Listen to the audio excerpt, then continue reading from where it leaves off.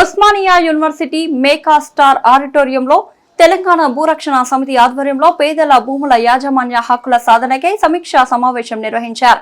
Assigned భూములకు యాజమాన్య హక్కులు కల్పించాలనే ముఖ్య ఉద్దేశంతో సమావేశం నిర్వహించారు.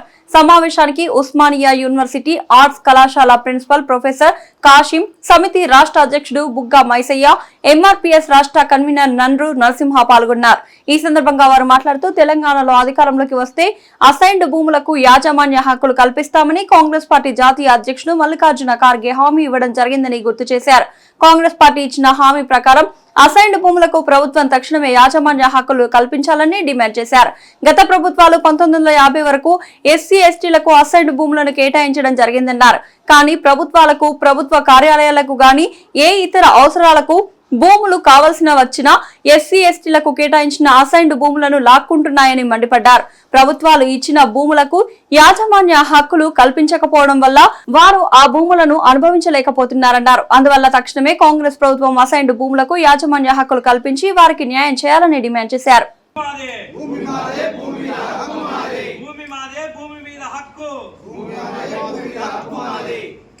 కల్పించాలి, అసైన్డ్ భూములకు యాజమాన్య హక్కులు కల్పించాలి. కానీ అలా దేని ప్రామాణికంగా తీసుకున్నారు అంటే గోదావరి పరిహార ప్రాంతంలో విక్టమ్ షేడ్ ఏరియాలో ఉన్న దాన్ని మాత్రమే ప్రామాణికంగా తీసుకొని వాళ్ళకు హక్కులు ఇచ్చినప్పుడు నిజంగా కూడా నష్టపోయింది ఎవరైనా ఉన్నారంటే దళిత జాతి. కానీ హక్కులు ఇవ్వడం వస్తున్నాయంటే శూన్యం.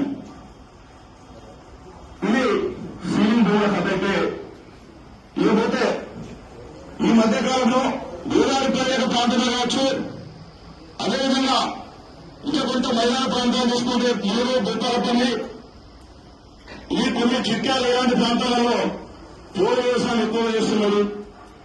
కానీ కేసీఆర్ భూములు కాంగ్రెస్ ప్రభుత్వం పంచిన భూములకు యాజమాన్య హక్కులు ఇవ్వాలని ఏకైక నినాదంతో మేము పనిచేస్తున్నాం. రెండో నినాదం ఏంది? భూమి లేని వారికి భూములు ఇవ్వాలి. ఈ రెండో నినాదాల మీద గత 5 సంవత్సరాలుగా మేము పనిచేస్తున్నాం. ఈ పని చేస్తున్న క్రమంలో గౌరవ శ్రీ రాహుల్ గాంధీ గారు భారత్ జోడో యాత్ర చేసినప్పుడు వారికి మేము విన్నవించినాం. ఆ సందర్భంగా వారు ఎక్కడైతే జోగిపేటలో మీటింగ్ జరిగినప్పుడు ప్రభుత్వాలు భూములు కబ్జా చేసి గుంజుకుంటున్నాయి, మా ప్రభుత్వం వస్తే మేము అసైన్డ్ భూములకు యాజమాన్య హక్కులు ఇస్తామని చెప్పారు. తర్వాత రెండోసారి వరంగల్లో రైతు డిక్లరేషన్ జరిగింది. వరంగల్ రైతు డిక్లరేషన్ కూడా రాహుల్ గాంధీ గారి అధ్యక్షతన ఆనాడు అక్కడ ఉన్న ప్రతిపక్ష పార్టీలో కూడా యాజమాన్య హక్కులు ఇస్తామని చెప్పారు. తర్వాత మూడోసారి ఏమైంది? చేవెళ్ళ దళిత డిక్లరేషన్ కూడా భూములు ఇస్తామని చెప్పారు. ఈ 3 ఆధారంగా కాంగ్రెస్ పార్టీ మేనిఫెస్టోలో కూడా పెట్టారు, మేము ప్రభుత్వంలోకి వస్తే భూములు ఇస్తామని చెప్పి. అన్న ప్రకారం కొద్దిగా వరకు జరిగింది. ధరణిని రద్దు చేసి భూభారతి తెచ్చి భూములు లెక్కలు తీస్తుంది. కానీ ఇప్పటికే కాలం 2 సంవత్సరాలు గడిచిపోయింది. కనుక ఈ ప్రజాప్రభుత్వాన్ని మా గౌరవనీయులు పెద్దలు కాశిం గారు, రామకృష్ణ గారు, చింతసామన్న గారు, తమ్ముడు చెవెళ్ళ సునీల్ గారు, నరసింహ గారు, అందరు ప్రజా సంఘాల మద్దతుతోటి మేము మీకు గుర్తు చేస్తున్నాం. మన బట్టి విక్రమార్క అప్పుడు మన యాత్ర చేసిన పీపుల్స్ మార్చి వాకేషన్ వారు కూడా చెప్పింది. కనుక ప్రభుత్వంలో ఉన్నది ఎవరు? దళితుల తరఫున ఉన్న పెద్ద మనిషి పీపుల్స్ మార్చి చేసిండు. మన కాంగ్రెస్ పార్టీ చెప్పింది కనుక నీకు అడ్డేవలిగా మీకు అడ్డు లేరు కనుక దయచేసి మీ పరిశ్రమను ఈ యొక్క సబ్జెక్టును పరిశీలించి మాకందరికి హక్కు ఇవ్వాలని ఈ సందర్భంగా మనం చేస్తున్నాం. జై భీమ్. ఈరోజు ఉస్మానియా విశ్వవిద్యాలయం మెగాస్టార్ ఆడిటోరియంలో తెలంగాణ భూరక్షణ సమితి ఆధ్వర్యంలో రౌండ్ టేబుల్ సమావేశం జరుగుతున్నది. ఈ తెలంగాణ భూరక్షణ సమితి ప్రధాన ఉద్దేశం ఏమిటంటే, ఈ తెలంగాణ ప్రాంతంలో దళితులు అంటే ఎస్సీలు 18% ఉన్నారు, అత్యధిక జనాభా ఈ రాష్ట్రంలో. ఆ దళితులకి 1930లో, 1940లో, 1950లో, 1977 వరకు వివిధ సందర్భాల్లో ప్రభుత్వాలు ఆనాడు నిజాం నుంచి మొదలు పెడితే ఈనాటి వరకు అసైన్డ్ భూములు ఇచ్చారు. ఈ అసైన్డ్ భూములు, అసైన్డ్ అంటే కేటాయించడం అని అర్థం. ఈ అసైన్డ్ భూములు వాళ్ళు చేసిన శ్రమకి పరిహారంగా ఇచ్చారు.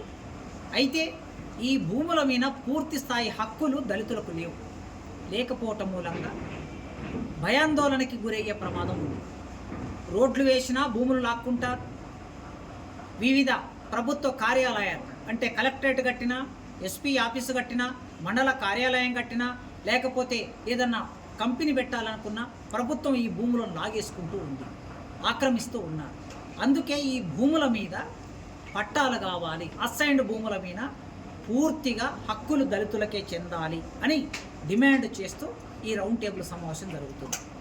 కాంగ్రెస్ ప్రభుత్వాన్ని, తెలంగాణలో అధికారంలో ఉన్న రేవంత్ రెడ్డి ప్రభుత్వాన్ని డిమాండ్ చేస్తున్నాం. ఎందుకు డిమాండ్ చేస్తున్నామంటే రేవంత్ రెడ్డి గారి ప్రభుత్వము చేవెళ్ళే డిక్లరేషన్లో, అంటే దళిత డిక్లరేషన్ అది ఎస్సీ ఎస్టీ డిక్లరేషన్, ఆ డిక్లరేషన్లో మేము అధికారంలోకి వస్తే అసైన్డ్ భూములకి పట్టాలు ఇస్తాము అని మల్లికార్జున ఖర్గే గారు ఆ డిక్లరేషన్ విడుదల చేస్తూ హామీ ఇచ్చారు. హామీని నెరవేర్చాలని డిమాండ్ చేస్తూ ఈ కార్యక్రమం నడుస్తున్నది. వెంటనే రేవంత్ రెడ్డి గారు మాకు తెలిసిన సమాచారం ప్రకారం అసైన్డ్ భూములకు సంబంధించి ఒక నిర్ణయం తీసుకోవడానికి వారి టేబుల్ మీద ఫైల్ ఉందని తెలిసింది. వారు వెంటనే చొరవ తీసుకొని అసైన్డ్ భూములకి పట్టాలిచ్చి దళితులకి ఒక భద్రతని కల్పించాలని మేము కోరుతున్నాం.